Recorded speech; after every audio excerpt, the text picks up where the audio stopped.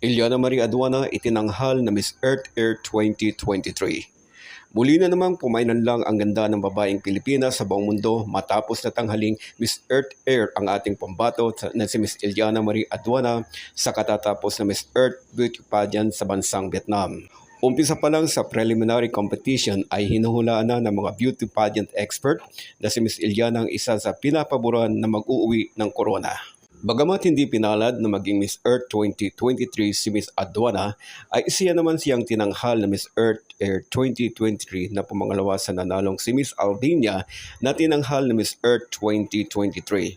Si Miss Thailand naman ang nanalong Miss Earth Fire 2023 at si Miss Vietnam naman ang nanalong Miss Earth Water 2023 na hometown favorite. Sa mga nanalo ng Miss Earth 2023, congratulations ladies, well done. At sa mga na-Luz Valdez, more beauty pageant to come and better luck next time.